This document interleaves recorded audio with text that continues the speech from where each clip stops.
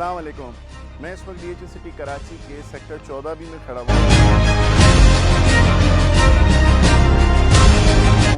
ये वो सेक्टर है जहाँ हम फाइलें बेचा करते। सबसे पहले ये है कि आप देखें, बिल्कुल हमने हकीकत बयान करनी है और बिल्कुल सही सी लोगों को, क्योंकि व्यूवर्स हमारे देखते हैं हमें और हम पे पूरा रिलाई करते हैं, तो आपने हकीकत बयान करनी कि आपको यहाँ क्या क्या आपको सहूलत यहाँ मिलती रही है और इतना क्या वजह है कि शहर से आप DH सिटी रिहाइश पजीर हुई कि आप कह रही हैं कि मैं जामी पे रहती हूँ और आप DH सिटी रिहाइश पजीर हुई, क्या वजह है उसकी? अब कोई खास प्रॉब्लम नहीं है। सेक्टर 14B में अगर फर्स्ट रहायशी कहा जाए तो वो आप ही। जी मैम। अब और भी फैमिलीज आ गई हैं, 300 घर बन चुके हैं जी। यहाँ पर रिहाइश के हवाले से आपको कोई प्रॉब्लम, किसी तरह के सिक्योरिटी इशू, कभी कोई ऐसा मसला, कोई आपको इशू कोई हुई? दूसरा मुझे ये बताएं कि ये ट्रांसपोर्टेशन के हवाले से आपने, इंटरटेनमेंट के हवाले से यहाँ कुछ है? जैसे मिसाल के तौर पे लोगों को जैसे यहाँ रह रहे हैं तो जाहिर सी बात है बच्चों को इंटरटेनमेंट भी चाहिए होता है, फैमिली को इंटरटेनमेंट भी चाहिए होता है, खाना पीना भी चाहिए होता है और भी चीज़ें चाहिए होती हैं, तो क्या वो यहाँ सहूलियात हैं भैया? दूसरी चीज़ ये है कि मुझे ये बताएं कि अगर मिसाल के तौर पे जो लोगों को, जो लोग आपकी वीडियोस देख रहे हैं, कि उनको ये बताएं क्या लिवेबिलिटी के लिए सेक्टर 14B कितना पॉसिबिलिटी है यहाँ पे कंस्ट्रक्शन करनी चाहिए और यहाँ पर आप क्या रिकमेंड करेंगे लोगों को कि यहाँ आके जिनके प्लॉट्स हैं अपने, उनको कंस्ट्रक्शन करनी चाहिए? आप क्या कहेंगे, मलिर एक्सप्रेसवे से पहले ये करना चाहिए या मलिर एक्सप्रेसवे के बाद? तो मुझे लगता है फिर बाद में कीमतें भी हाथ से निकलेंगी और बाद में मुझे लगता है जब सहूलतें ज़्यादा बढ़ जाएंगी तो फिर कीमतें भी हाथ से निकलेंगी, वही आम आदमी जो कि जिसके पहुँच से दूर होती है चीज़ें वो दूर हो जाएंगी, ऐसा है? अभी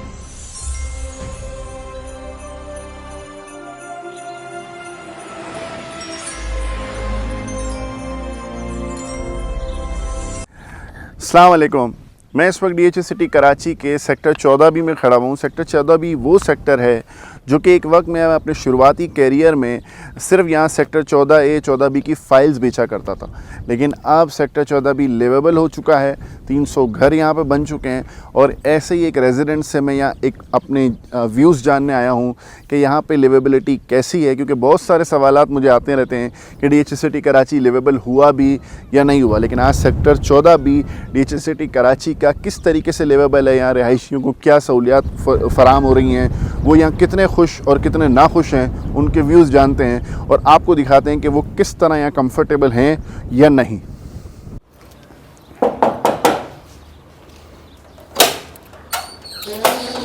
अस्सलाम वालेकुम। वालेकुम अस्सलाम। कैसी हैं मैडम आप? अल्लाह का शुक्र। आप कैसे हैं लखानी साहब? खैरियत से? ठीक ठाक हैं? आपका घर व्यू करना चाहेंगे और आपके व्यूज़ जानना चाहेंगे। आइए, तशरीफ़ लाइए। मैं इस वक्त मैडम जाहिदा कंवल के घर पे हूँ। सेक्टर 14B में ये घर है और यहाँ आने का मकसद आप लोगों के लिए ये इन्फॉर्मेशन फराहम करना है कि यहाँ लिवेबिलिटी है नहीं है या यहाँ किस तरह की सहूलत यहाँ पर मौजूद है। तो मैं thank you so much madam Zahida Kanwal कि आपने इनवाइट किया और आपने अपने व्यूज़ शेयर करने के लिए मुझे यहाँ सेक्टर 14B में बुलवाया। सेक्टर 14B जैसा कि मैं आपको बता चुका हूँ, ये वो सेक्टर है जहाँ हम फाइलें बेचा करते थे। मैं अपने व्यूवर्स से ये डिस्कस कर चुका हूँ और आज आप यहाँ रिहाइश पजीर हैं, उसकी बहुत बहुत पहले तो आपको मुबारकबाद। बहुत खुशी हुई इस बात की कि सेक्टर 14B में आप रिहाइश पजीर हैं। तो आप बताएं कि आपका सबसे पहले अपना इंट्रोडक्शन दें, आप क्या करती हैं, कहाँ पहले रहती थी और उसके बाद आपका यहाँ का एक्सपीरियंस कैसा है?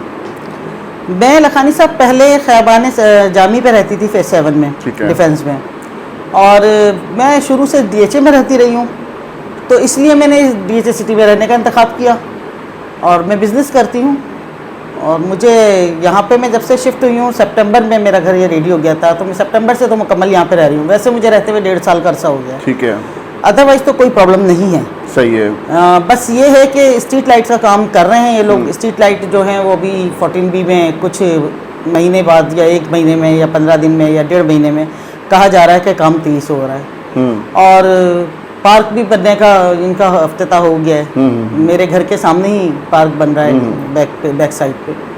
तो मेरा तजर्बा तो बहुत अच्छा रहा। सबसे पहले ये है कि आप देखें, बिल्कुल हमने हकीकत बयान करनी है और बिल्कुल सही सी लोगों को, क्योंकि व्यूवर्स हमारे देखते हैं हमें और हम पे पूरा रिलाई करते हैं, तो आपने हकीकत बयान करनी कि आपको यहाँ क्या क्या आपको सहूलत यहाँ मिलती रही है और इतना क्या वजह है कि शहर से आप DH सिटी रिहाइश पजीर हुई कि आप कह रही हैं कि मैं जामी पे रहती थी और आप DHS सिटी रिहाइश पजीर हुई, क्या वजह है उसकी?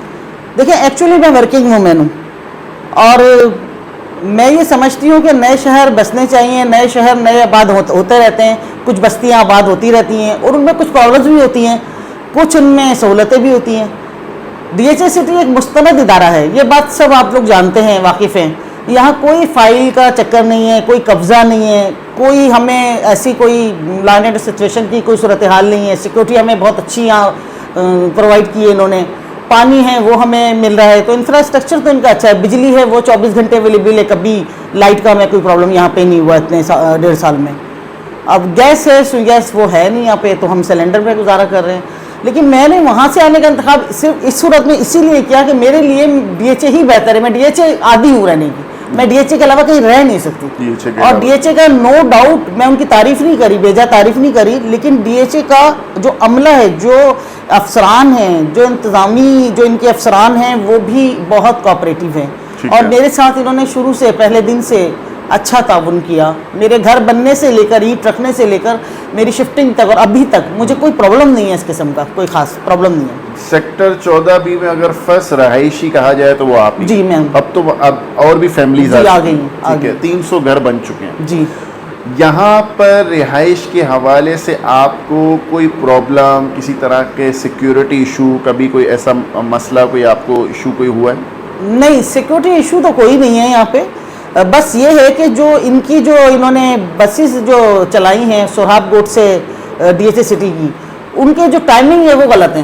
वो मेरी इनसे बात भी हुई थी कर्नल साहब से, तो उन्होंने कहा कि हम चेंज कर रहे हैं। वो सुबह 9 बजे एक सोहाबकोट से चलती है और वो एक 10 बजे वहाँ से आती है और शाम 4 बजे जाती है और 5 बजे जाती है।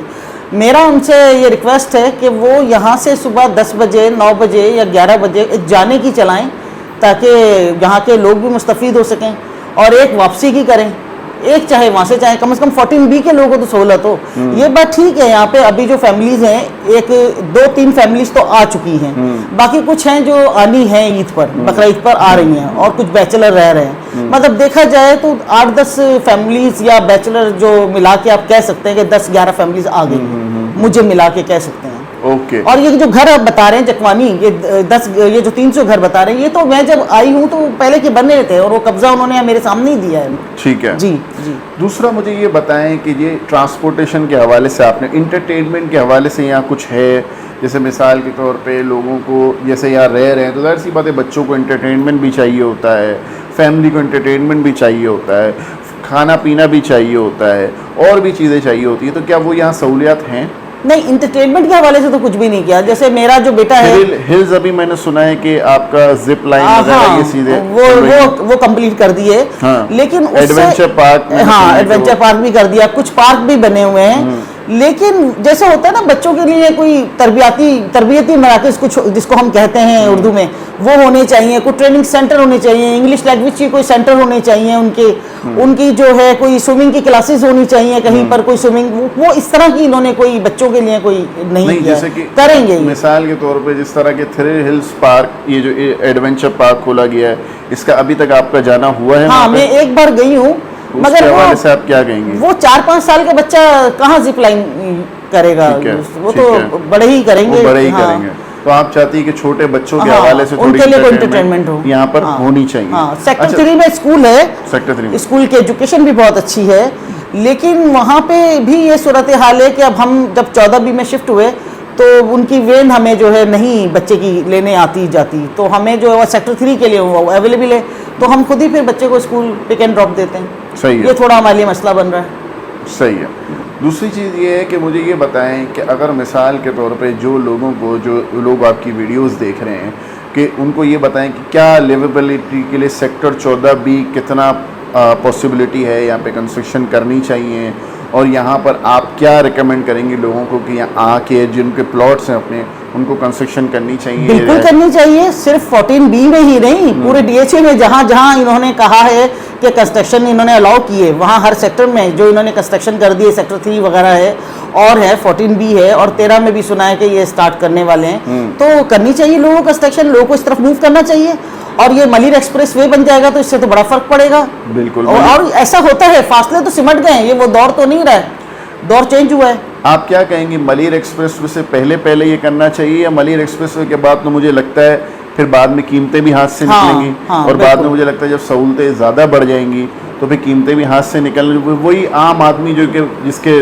पहुंच से दूर होती है चीज़ें, वो दूर हो जाएंगी, ऐसा है? अभी देखिए मिडिल क्लास के जो तबका है हमारा, उसके बजट में ये प्लॉट आते हैं, ठीक है। अभी कंस्ट्रक्शन भी जो है अलाउ जो इन्होंने की है, कंस्ट्रक्शन भी कर सकते हैं जो मिडिल क्लास तबका है, जिनके पास प्लॉट है। ग्राउंड प्लस 1 की रिहाइश आपको मिडिल क्लास को मिल रही है और कोई प्रॉब्लम नहीं करते। आई थिंक 2.25 करोड़ रुपए के रेटों में 2.25 करोड़ के आसपास आपको ग्राउंड, उसमें आपको अच्छा सा गार्डन मिल जाएगा, ग्राउंड फ्लोर मिल जाएगा, फर्स्ट फ्लोर मिल जाएगा, टेरेस मिल जाएगा। लखानी साहब बनाने वाले पे भी तो डिपेंड करता ना, आप चाहें तो अपना घर 50 लाख में भी रेडी कर लें, आप चाहें तो उसको जितना सजा लें 1.25 करोड़ 1.5 करोड़ में भी रेडी के करें। साथ बात कर रहा हूं, जमीन के साथ हाँ, पूरे प्लॉट के साथ 2.25 करोड़ रुपए में मेरे ख्याल से 2.25 करोड़ में लाजमी ऐसे ही है ना। तो उसको गार्डन भी मिल जाता है, उसको टेरेस भी मिल जाता है, उसको 2 फ्लोर्स भी मिल जाते हैं, तो अच्छी खासी फैमिली यहाँ आबाद हो सकती है। 2.25 करोड़ रुपए में आपको शायद नॉर्मली एक शहर में फ्लैट मिलेगा। नहीं मुश्किल होता है, मुश्किल होता है। देखें अब वहाँ DHA में भी 2.25 करोड़ में फ्लैट नहीं मिलता, नया फ्लैट तो वहाँ भी 2.5 करोड़ तक तकरीबन जाता है, जिसकी वजह से लोगों के लिए एक अफोर्डेबल लिविंग है DHA city Karachi. DHA city much better, रहना मच बेटर। और ये बात नहीं है कि DHA ने सहूलतें नहीं दी हैं, DHA ने सब सहूलतें दी हैं, इससे ज्यादा और क्या दे।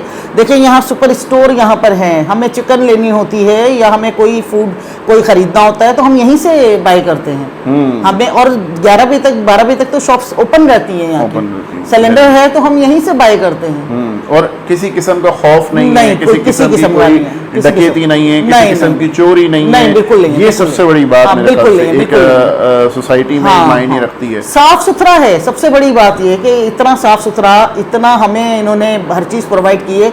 हम फोन करते हैं तो हमें 15 मिनट में तो पानी का टैंकर आ जाता है। जबरदस्त। कराची में रहते हुए तो वहाँ उस तरफ रहती है, भी कराची है खैर, लेकिन वहाँ रहते हुए तो ऐसा नहीं मुमकिन नहीं होता। वहाँ देखें आज सूरत हाल देखें, पानी पे कितनी लड़ाइयाँ और मारामारी चल रही है। कराची में तो पानी नहीं है, बिजली की लोड शेडिंग वो अलग है। यहाँ आपको 24 घंटे पानी, 24 घंटे बिजली मुहैया है। जी बिल्कुल। और अगर कोई छोटी मोटी कोई प्रॉब्लम, अव्वल तो ये तो प्रॉब्लम होती ही नहीं है, लेकिन अगर कभी कुछ हो जाती है कि हमें ये प्रॉब्लम, जैसे मैंने अभी कहा कि बसेज हैं चलाए, तो ये कभी मना नहीं करते, ये कहते हैं ठीक है, ये हर कोशिश करते हैं कि उस मसले को हल किया जाए। आखिरी में ब्रिगेडियर सुहेल इम्तियाज साहब, administrator and DHA city Karachi के लिए, उनके लिए क्या वर्ड्स कहना चाहेंगी आप? सुहेल भाई तो बहुत अच्छे टीम के लिए भी नहीं, सुहेल भाई और उनकी टीम बहुत अच्छे, सुहेल भाई तो बहुत अच्छे आदमी हैं और बहुत अच्छे एडमिनिस्ट्रेटर हैं, उनकी टीम और अल्लाह उनको सेहत दे, जिंदगी दे, वो काम कर रहे हैं। और जितनी तेजी से DHA सिटी का काम हो रहा है, कुछ वक्त तो लगता है। अभी देखिए मैं आपको बताया ना, टावर लग रहा है तो मेरा ख्याल में 15-20 दिन में टावर का काम हो जाएगा, टावर की जगह दी जा चुकी है। और बल्कि मेरे यहाँ भी आए थे परसों के जी, वायरलेस जो है वो लगाया जा रहा है, टावर नस्ब किए जा रहे हैं, तो आपको नेट चाहिए हो तो मेरे यहाँ से भी होकर गए। दूसरा हमारे लिहाज से लखानी ब्रदर्स, अब्दुल्ला लखानी के हवाले से आप क्या व्यूज देना चाहेंगी अपने?